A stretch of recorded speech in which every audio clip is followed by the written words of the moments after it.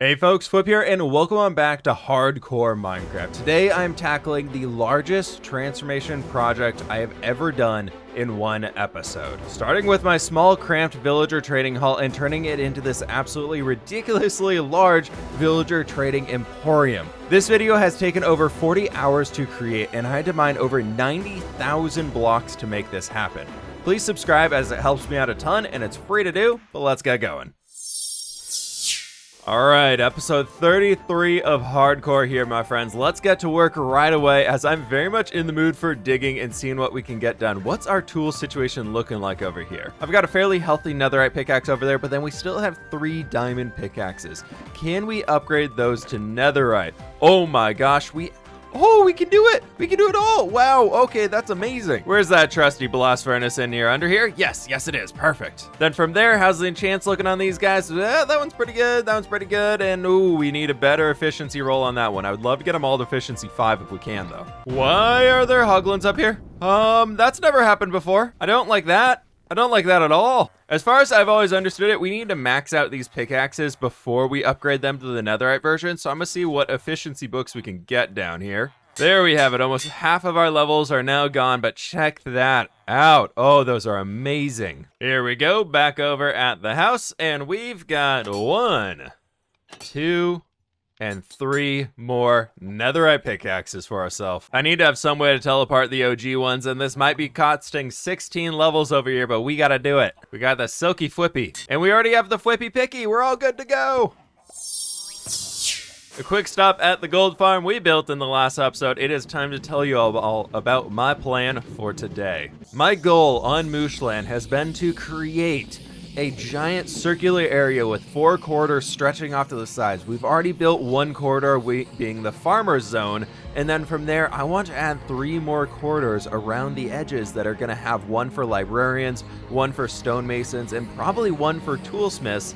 And in the center we're going to have a large circular area disappearing into who knows what at this point in time, but that is the plan here. We've just got to repair everything we have on hand before we head on down into the caves to really expand this villager trading hall out. We've got about 6 of these guys in here right now, and that is not enough, so we're moving this dirt block there. That's going to start up the villager breeder for ourselves. Now, I brought over enough chests and shulker shells to make 27 shulker boxes for us here. I hope we're not going to need that money, but you know, I just want to be prepared on this one. So without any further ado, my friends, for the first time in today's episode, let's go ahead and kick this off into good old-fashioned time-lapse mode and dig out the entire island.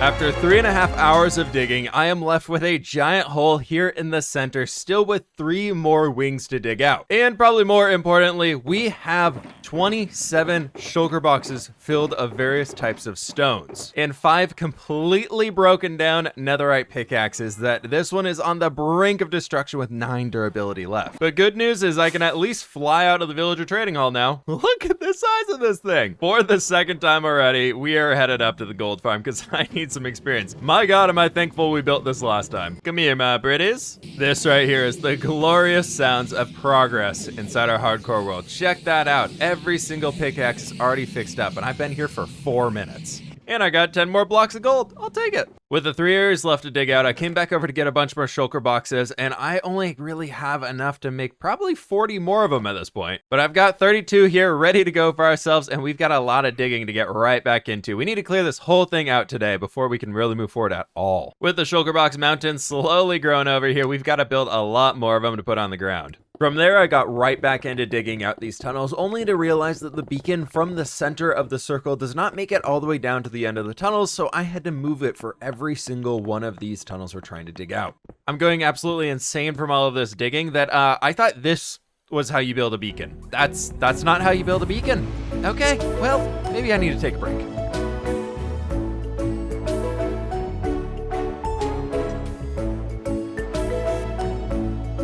This right here is going to be a little bit of a problem. Coming into the 2nd tunnel, we lead right out into the ocean. 1, mobs can spawn here. 2, we have to drain this. It's a really good thing the insanity continues from episode to episode, because check this out. We still have 2 shulker boxes full of glass for ourselves. Now I just need to figure out what color to dye them. Light blue could work, and we have a lot of light blue dye in here. Just kidding, we have 24. A lot of light blue dye. So much light blue dye. Yep, Now all I should need to do is take some light blue glass to where we have this upper curve going, getting rid of a little bit of this kelp, and I just want to drag this glass going all the way across here to that far side. Easy mode, problem solved. Oh, except I definitely need air. Okay, maybe not easy mode. Definitely made way more light blue glass than I actually needed, but we've got a nice little dome in here that's gonna be so cool and so full of mob spawns. Yay. Upon diving into the 3rd tunnel, and quite literally at that, as it's almost all ocean, I had to create another large glass ceiling and drain out the water, only to have a creeper jump on me out of nowhere before we could finally get back up to the rest and final bit of the digging.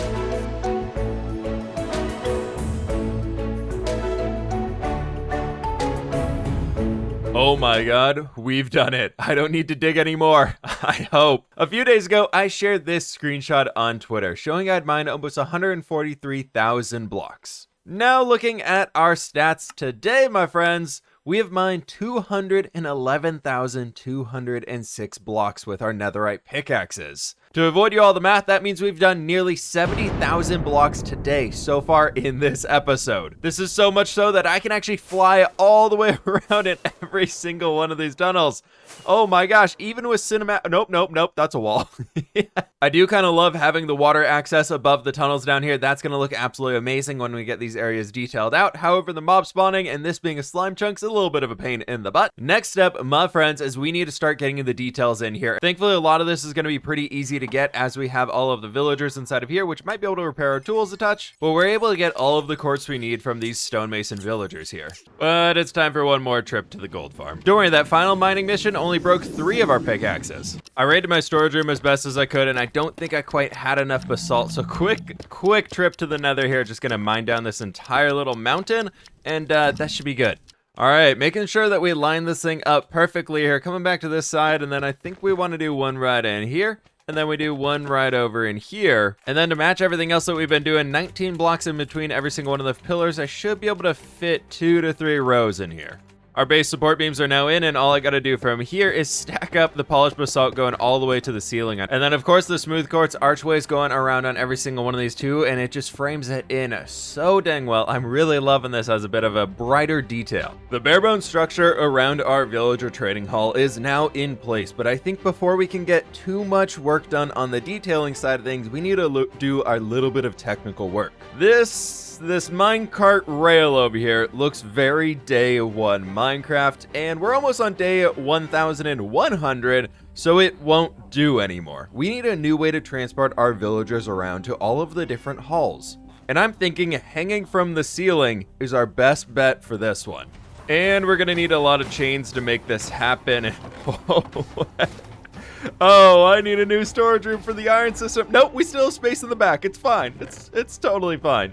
Now, I want to add a little bit of an industrial aspect into this villager trading hall. Since we have a lot of technical farms in the walls, I figured having the transportation system way up here in the ceiling where we can see the villagers on their minecarts being moved around could be super fun. Adding in some supporting hanging crossbeams, I guess we can call them. We can use some levers to get some power up here, and then from this point, I'm thinking we start to stretch out some acacia trapdoors. We can start bringing in a few powered rails right here, turn it around the corner, then add a few more going right off in this direction, and we end up with something like this, which I think is so cool. We can use the rest of the area to really detail it and make it feel like the villager profession that we're housing inside of there. Now it's time to be working on this railroad all live long day, which was absolutely fantastic until I completed the entire circle over here and realized I built it all off by 2 blocks. Oopsies. But we got all the different ways in now, and it's looking absolutely fantastic, and I haven't tested it, so hopefully this works. All right, everything is set up in here, and it is looking fantastic. We've got a little way up over here with the trapdoors on the walls, which is looking pretty dang good, and then if we come out here, we can control which direction direction the villagers are going by changing this lever around. I have it turned right now so that the villager is just going to go in a direct circle around this entire thing, because I believe if they can make it down one of those to the very end, all of the side ones are going to work. So we need to do a little test here. Good thing we have a lot of test subjects over here. All right, sending one of these guys off. We should hopefully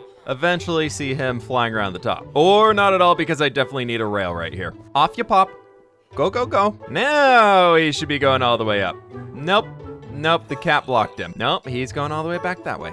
Okay. Up, up, and away they go. Go, buddy, go. Go, buddy, go. Come on, villager, you can do it. He's putting his back into it, and around they go. Yes, they made it all the way. That is absolutely perfect. This transportation network will work, and he's going to be going there while we build everything else and eventually find a home for him. Have fun, buddy. Have fun on the roller coaster.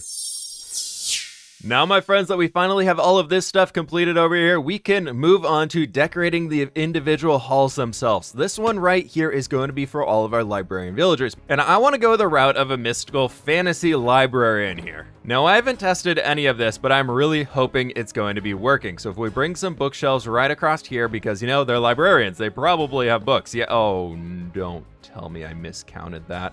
Well, it looks like I did miscount this entire thing. At least in this section here, it's 18 blocks. Everything else, I just double checked them all. They're 19. For the sake of time, and I don't want to redo this entire hallway, we are just gonna go ahead and have a little weird section in the middle that I'm gonna use to store some extra books or something. It'll be totally fine. Step one of this base area is now finished up. We've just got to move the villagers inside. We got to decorate the floor, and we got to turn this into a much more of a magical looking library. The next step I'm thinking is we come right up here to follow along with everything else we've done and bring in some darker, moody colors with the dark oak in here and do that stretching all the way across. Hey, little buddy, you're going to make this area so magical. And I really hope you don't kill villagers, Mr. Squishy, Keeper of Secrets. You're adorable. Stay here forever. Don't kill my villagers, please.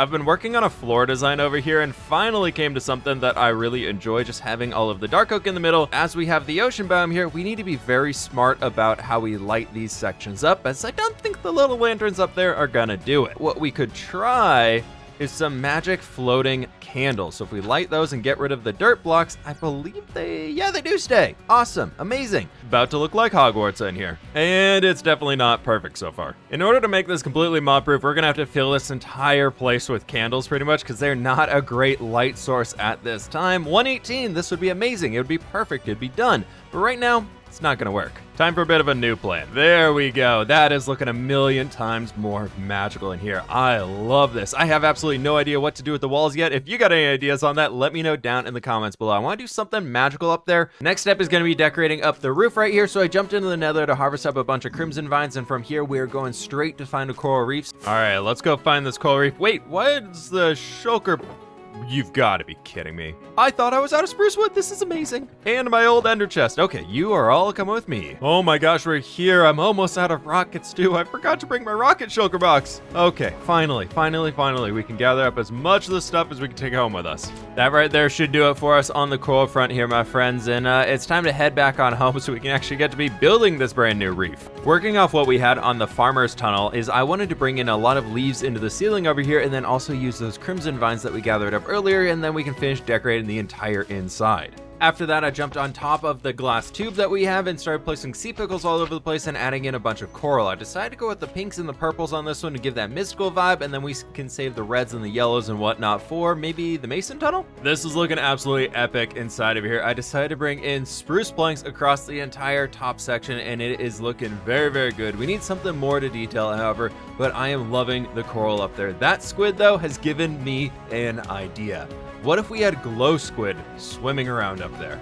So I believe all we need to do to get some squid to spawn up here, or some glow squid that is we need to cover this section. One of my greatest all-time memories of gaming is the first time I played World of Warcraft. I chose to play the dwarf race. If you're familiar with Ironforge, there is an underwater train system that takes you from the Ironforge dwarven capital to Stormwind, the human capital.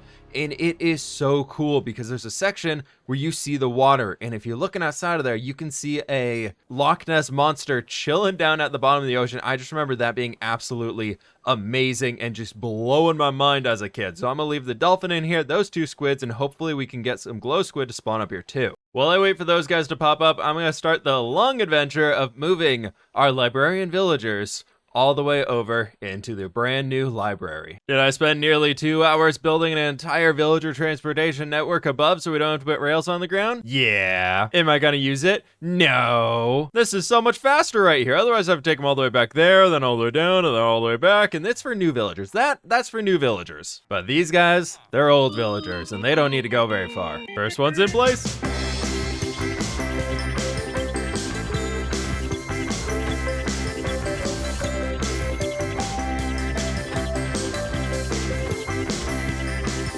And there we go, the final one is in place. I had less librarians than I thought, to be honest. Had a lot less than I thought I did. But you know, we're filling up this entire side over there. Everything is in the library, and I managed to find 5 glow squids that are all name tagged now with C Scribe up there, and I am loving it. It is so cool watching them. Hello, hello, hello. It's very cool watching them swim back and forth up there, and I had an idea for one more final bit of detail in here to break away from this boring old spruce wall, and that is to turn it into a geode. But not a boring circular geode, something that's kind of weirdly shaped like this. And there we have it, our first brand new villager trading hall, being the library, is fully completed, my friends. This is looking absolutely amazing, but we still have 2 more hallways that we need to finish up. Since I recently finished a castle largely based off of blocks that you can get from a stonemason, I thought this would be an excellent opportunity to create the new hallway themed after the castle. So starting off here in the nether, I needed hundreds of pieces of warped wood, so I just spent a long time chopping down the remaining of the forest. As mentioned, the stonemasons are going to be a great source of materials here for us, so I spent a very, very long time gathering up bricks from them to see how many I could possibly get. Thankfully for the stonemason hall over here, we're going to be using largely stones to decorate the walls and everything like that, so the diorite up there, that can stay. And check this out right here. We've got all the andesite and diorite and stone that we could ever need to be able to decorate this area. The base design of this villager trading hall on this wing as well is the exact same as what we've done before. I just got to start by making a bunch of little capsules for our villagers to live inside.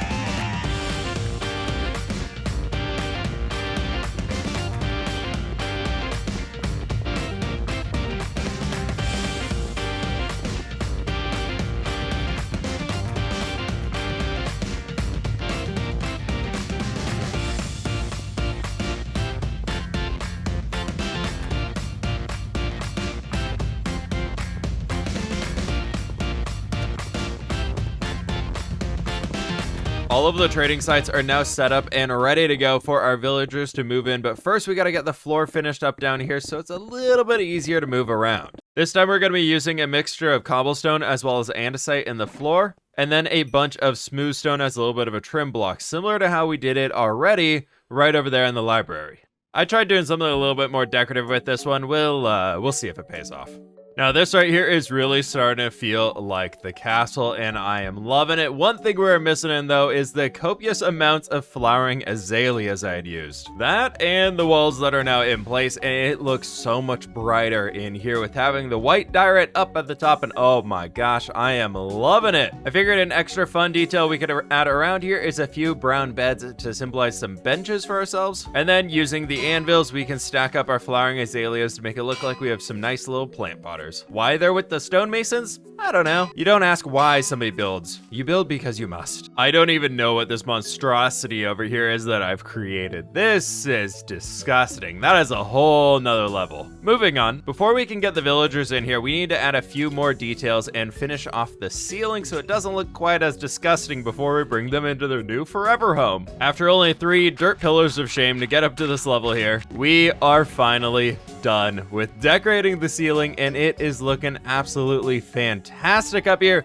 Now I've just got to move all the stonemasons from over there, and we still have a librarian to move. Oh no, I guess I got to move a lot of them around. All right, time to go. This villager trading hall is turning out to be fantastic. I took a bit of time to move the existing stonemason villagers over to their new home, then decided it was time for a full test. Pulling a villager out of the breeder, you can see them getting on the railroad and having the biggest thrill of their life before ending up in the tiny box that they'll call home for the rest of it. 2 hallways now are fully completed up, and we have 18 stonemasons in here, which is going to be absolutely amazing as soon as I get the 9 new ones leveled up. And over in the first library hall, I decided to add a few more extra details. I love the flower pots and everything we had in the first one, so I decided to bring in their own version right over here with the amethyst right on top. And of course, many glow squids had to die in order to create all these signs, and it looks so good. We've got one hallway left, and we've got the interior area to transform and to make into something really cool today, but I think I need a little bit of a break. I need a little bit of a break from working inside this hole, and there's something we do in every single hardcore episode that we haven't done yet. Plant a field. The potato used to be my 5th most used block inside of the entire hardcore world. And now it's not even in the top 10. Which means today, we must place a very, very large potato field covering this entire hill.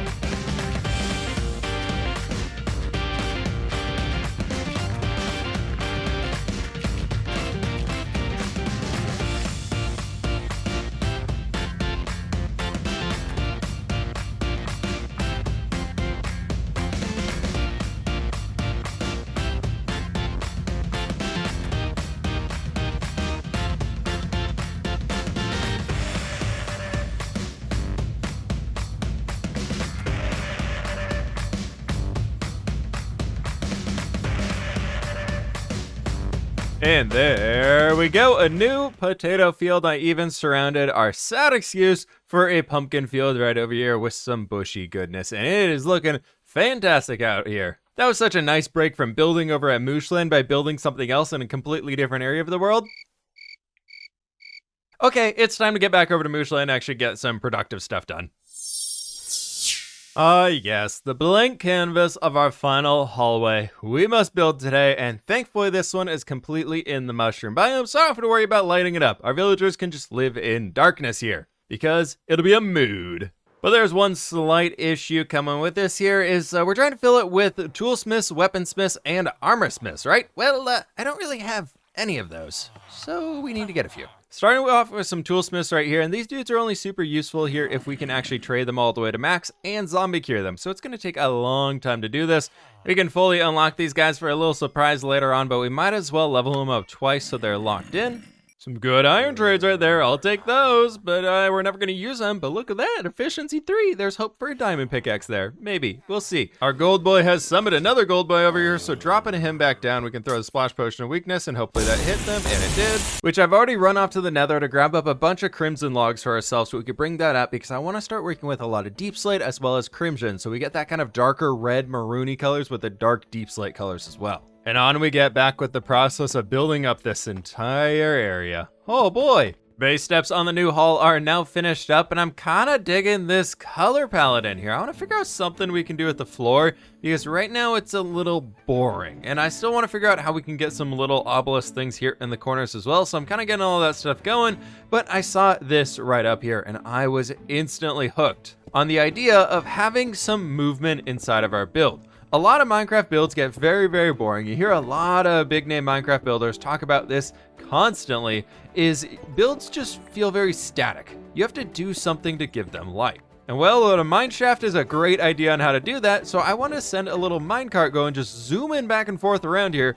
I know we're going to have minecarts zipping back and forth all the way up here, but I feel like the more chaotic we make this zone over here, the more unique it's going to feel, so I wanted to add a little bit more in on that front. So we've got a rail going around the back with a bunch of powered rails in here, and I think that'll be enough power to make a minecart with a chest in it, just keep going around in a big old circle. Hopefully like this. Let's see, does it make it?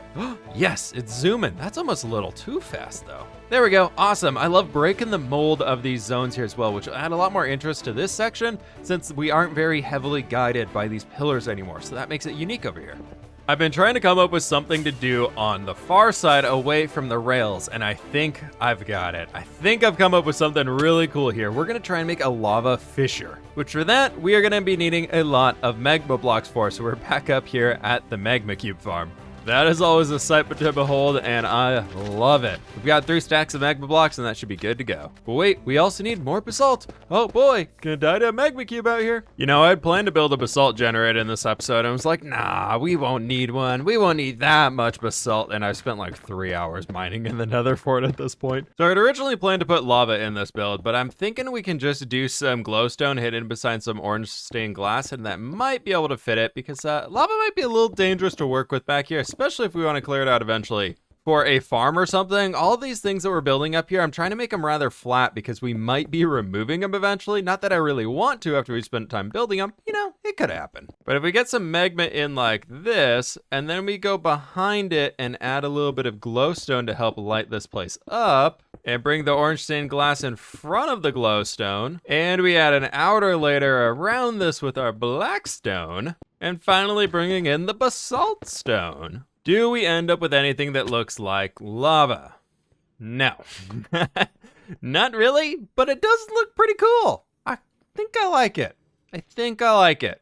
That'd be better as shroom lights, but I don't have any. I decided to just let the building brain go here, my friends, and check this out. It is looking fantastic in here. Instead of going with the overgrown look we have elsewhere, I want to make this feel more like the mine, so I brought in a bunch of hanging dripstone in the ceiling, and to help fill the space a little bit more, added these extra structural bands throughout here that I kind of wish I had done in the other halls, but they're looking good as is with just the big white ones. Then we got some lava in the floor, which took forever. Every single one of those is a unique bucket, so I had to get almost 60 buckets of lava for this, but I am loving how the geodes are looking over there. I added the second one in and decided to go a lot less on the glowstone and red-orange glass, and I forgot that. Not too sure how I managed that one, but fixed it now, I guess. Now this far side over here, I brought in a bunch of cobbled deep slate as well as cobblestone, just to help mix that thing up a bunch, and then I decided around these fissures that we're creating to move from the basalt into the regular stone. I added a bunch of coal ore in there, and I kind of love it, and it makes me want to do more stuff with those blocks in here. Now, we get the tedious task of I need to actually finish purifying villagers and then move them over here. That's not gonna be fun. Oh my gosh. I have less than 2 hours remaining to be able to finish this video and everything like that before I need to release it to y'all, and we haven't even started on the middle here, so I don't know what's gonna happen. I've come to the realization that if I do anything more than move these two guys over here, I'm gonna completely run out of time and not be able to tackle the middle at all. So we've got these two over here now, and they're looking awesome. This dude trades an efficiency 3, unbreaking 3 shovel for 1 emerald. That is insane. This guy, fortune 1 shovel for an emerald. He kind of sucks. But that all being said, I think it's time that we spent a little while working out here before I totally run out of time for today's episode. And as a first step, we need to have some way of bringing these chains to not just be floating, because this entire thing out here is just floating awkwardly. Now I'm just winging it on this one over here, but I think if we were to start taking some cobblestone slabs going around this entire way here and just kind of covering the tops of these sections, but I kind of like that. I think if we do that and go all the way around and then have a ring that comes up a half slab and do that a few times coming all the way here into the center, that'd be amazing, but time to place a lot of blocks.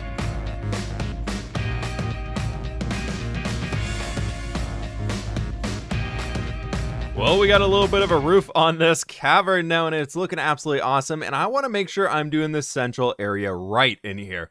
I don't want to just throw something together today for the sake of time, be like, yeah, I kind of finished it, and just like really not do it right.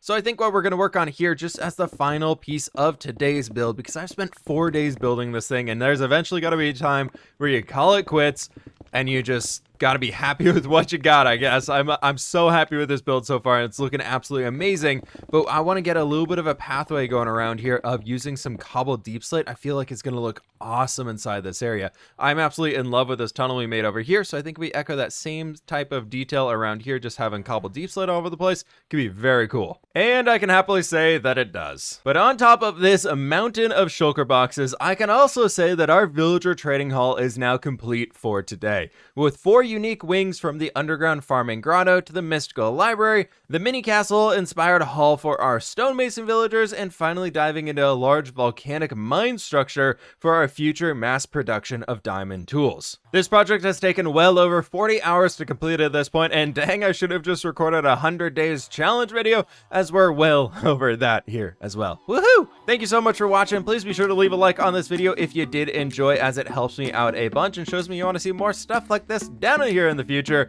But thank you all so very much again. Subscribe if you are brand new, and with that, my friends, I will catch you on the fWhip side.